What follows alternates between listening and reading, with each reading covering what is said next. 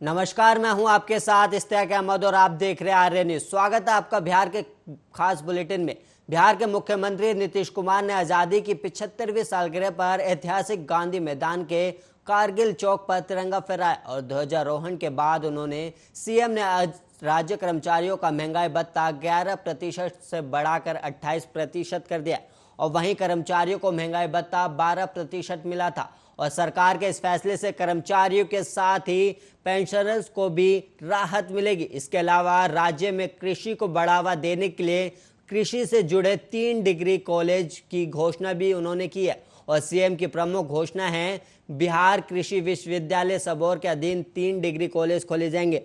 सबौर में, भोजपुर में नए कृषि अभियंत्र महाविद्यालय और पटना में कृषि व्यवसाय प्रबंधन महाविद्यालय खोले जाएंगे। और वहीं राज्य में इको टूरिज्म से जुड़े सभी काम को अब देखा जाएगा। और वहीं आपको बता दें, पर्यावरण, वन एवं जलवायु परिवर्तन विभाग को भी कराया जाएगा। इसके अलावा विभाग में इको टूरिज्म विंग स्थापित की जाएगी। राज्य के सभी गांवों में अगले 4 साल में दुग्ध सहकारी समितियां बनाई जाएंगी और नई समितियों में 40% महिला दुग्ध समितियां होंगी। और वहीं चौथी घोषणा में सुधार डेयरी के उत्पादों की अभी तक क्षेत्रों में ग्रामीण में इसका विस्तार किया जाएगा।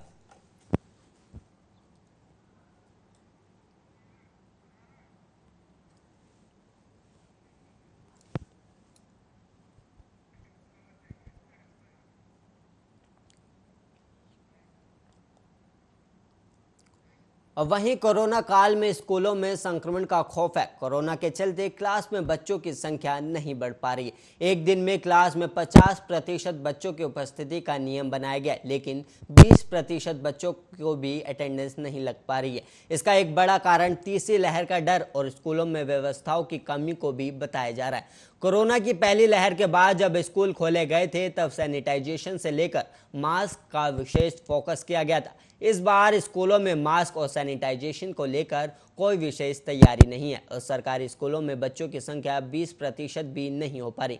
क्लास में रजिस्ट्रेशन के हिसाब से बच्चे नहीं आ रहे। प्राइवेट स्कूलों में भी बच्चों की संख्या कम है, लेकिन सरकारी स्कूलों की अपेक्षा अधिक बच्चों की उपस्थिति। कई स्कूलों में तो अभी भी ऑनलाइन क्लास की मांग की जा रही है। और वहीं बांकीपुर ब्लस स्कूल में भी छात्रों की उपस्थिति 25 से 30% के अंदर है। हालांकि यहां कोरोना को लेकर काफी बेहतर व्यवस्था की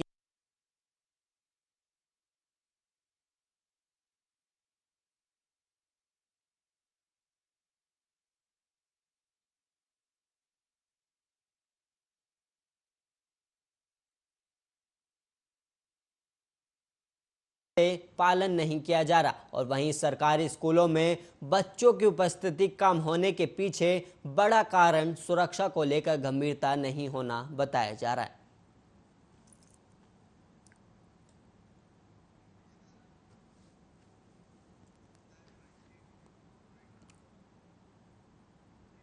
पटना के 4 घाटों पर गंगा की तेज धार धरा रही है और गंगा के उफान से हर पल बाढ़ का खतरा बढ़ता जा रहा है। अब वहीं 4 घाटों की पड़ताल की गई। शनिवार को गंगा की लहरों में रिकॉर्ड वृद्धि हुई। अगर गंगा की रफ्तार यही रही तो राजधानी में नदी से सटे इलाकों में बाढ़ का पानी आ जाएगा और प्रसिद्ध घाट से लेकर खतरनाक क्षेत्र घोषित कर दिए गए और आम लोगों का प्रवेश पूरी तरह से बंद कर दिया गया। घाटों पर गोताखोरों के साथ एसडीआरएफ की टीम को लगाया गया और पटना के घाटों पर लोगों की भीड़ रहती थी और घाटों पर दुकानें भी लगती रही, लेकिन गंगा में उफान के बाद सन्नाटा पसरा। गंगा की तेज लहरें और वहीं एनआईटी घाट पर भी अब लोग नहीं दिख रहे हैं।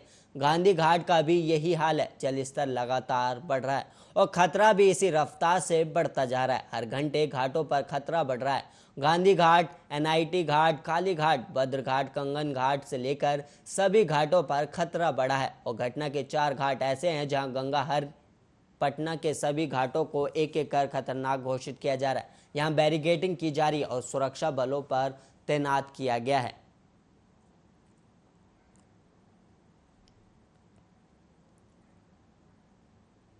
और वहीं गया के मुफस्सिल थाना क्षेत्र के नौरंगा गांव के रहने वाले अशोक वर्मा के लड़के को अपराधियों ने चाकू मारकर मौत के घाट उतार दिया। उसका शव घर से महज 400 मीटर की दूरी पर फेंक का पर मिला और मौके पर पहुंची पुलिस ने शव को कब्जे में लेकर पोस्टमार्टम के लिए भेज दिया है और वह मामले की छानबीन में जुट गई है। अशोक वर्मा का लड़का विक्रम शनिवार की रात करीब 8 बजे घर से निकला था। उसने घर वालों को कहा था कि रविवार की सुबह सब्जी तोड़ने खेत पर जाना है, हम घर वापस जल्दी आ जाएंगे। लेकिन देर रात तक जब विक्रम नहीं लौटा तो उसके घर वालों की चिंता बढ़ गई और घर वालों ने मोबाइल फोन पर फोन किया तो फोन स्विच ऑफ था। इस पर घर वाले और घबरा गए। उन्होंने आस पड़ोस और विक्रम के दोस्तों के बीच छानबीन की, पर कहीं से कोई जानकारी नहीं मिली। थक हार कर घर वाले अपने घर चले गए और सुबह जब गांव के लोग खेत की ओर निकले तो विक्रम के घर से महज 400 मीटर की दूर उसका लहूलुहान शव खेत में पड़ा मिला और ये खबर सुनते ही गांव में सनसनी मच गई। गांव वालों ने देखा कि उसके बदन पर कई जगह खंजर के जख्म बने हैं और जिस जगह पर बॉडी पड़ी थी और उसके 100 मीटर की दूरी में खून के कई जगह निशान भी पड़े थे। ऐसा प्रतीत हो रहा था कि विक्रम और अपराधियों के बीच जमकर संघर्ष हुआ है और वहां झाड़ियों और घास सभी दबे पड़े थे और उन पर खून के निशान पड़े थे। यही नहीं, इस स्थान पर उसकी बॉडी पड़ी थी जहां एक अंगूठी भी पड़ी मिली और ये फिलहाल पता नहीं चल पाया कि ये किसकी अंगूठी है।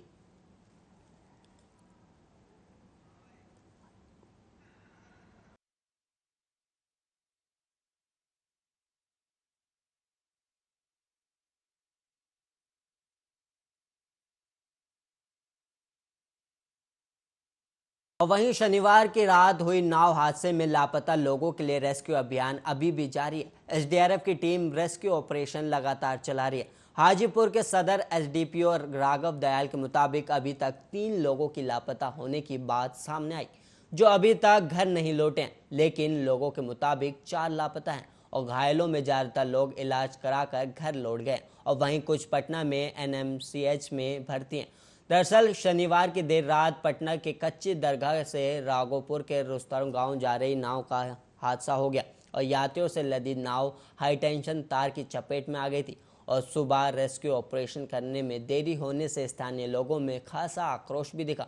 लापता हुए लोगों के परिजन कच्ची दरगाह पहुंच गए और परिजनों का रो रो कर बुरा हाल है। फतुहा डीएसपी राजेश कुमार मांझी ने बताया कि नाव हादसे में करीब 38 लोग घायल हुए, जिनका इलाज कच्ची दरगाह के निजी अस्पताल में जारी है।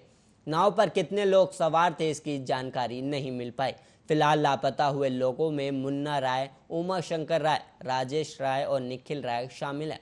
सभी मलिकपुर थाना इलाके के राघोपुर के निवासी हैं।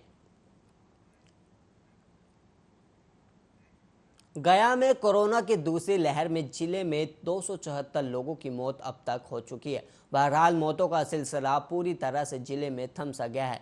कोविड-19 पॉजिटिव होने का सिलसिला थम सा गया। अब 1 या 2 ही लोग पॉजिटिव जांच में कभी आ जा रहे हैं। अब कोरोना मृतक के आश्रितों को चेक के बजाय सीधे उनके खाते में मुआवजा राशि दी जाएगी। जिला प्रशासन ने कोरोना से मरने वाले के आश्रितों को सरकार की ओर से दिए जाने वाले मुआवजे के रुपए देना शुरू भी कर दिया है और अब तक 75 से अधिक लोगों को चेक के माध्यम से रुपए दिए जा चुके हैं और शेष दिया जाना बाकी है।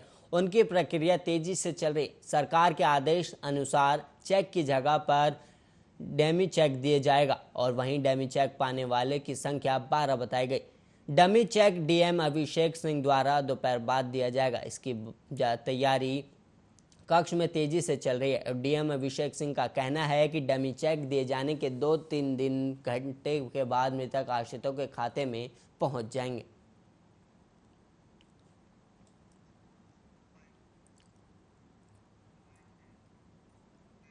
नवादा नगर थाना क्षेत्र के पुरानी कचहरी रोड स्थित डिजिटल कंप्यूटर सेंटर में लाखों रुपए की संपत्ति की चोरी का मामला सामने आया है। इस बात की सूचना लोगों तक पहुंचते ही इलाके में हड़कंप मच गया। लोगों का कहना है कि सेंधमारी कर चोरों ने घटना को अंजाम दिया है और वहीं इस संबंध में आजम संचालक प्रवीण कुमार सिन्हा ने बताया कि प्रतिदिन की तरह वह दुकान बंद कर अपने घर चले गए थे और जब सुबह दुकान खोलने के लिए थोड़ी देर से पहुंचे तो देखा कि पूरा सामान बिखरा पड़ा है। दुकान में रखा सारा सामान गायब है और साथ ही दुकान की दीवार में एक बड़ा सा छेद भी है। उन्होंने बताया कि कंप्यूटर नॉमिनेशन करने वाली मशीन, यूपीएस आदि की चोरी हुई है और चोर ने दीवार तोड़कर दुकान में प्रवेश किया और सारा सामान ले गए। पीड़िताओं ने न्यायालय में तहरीर देकर मुकदमा दर्ज कराया है।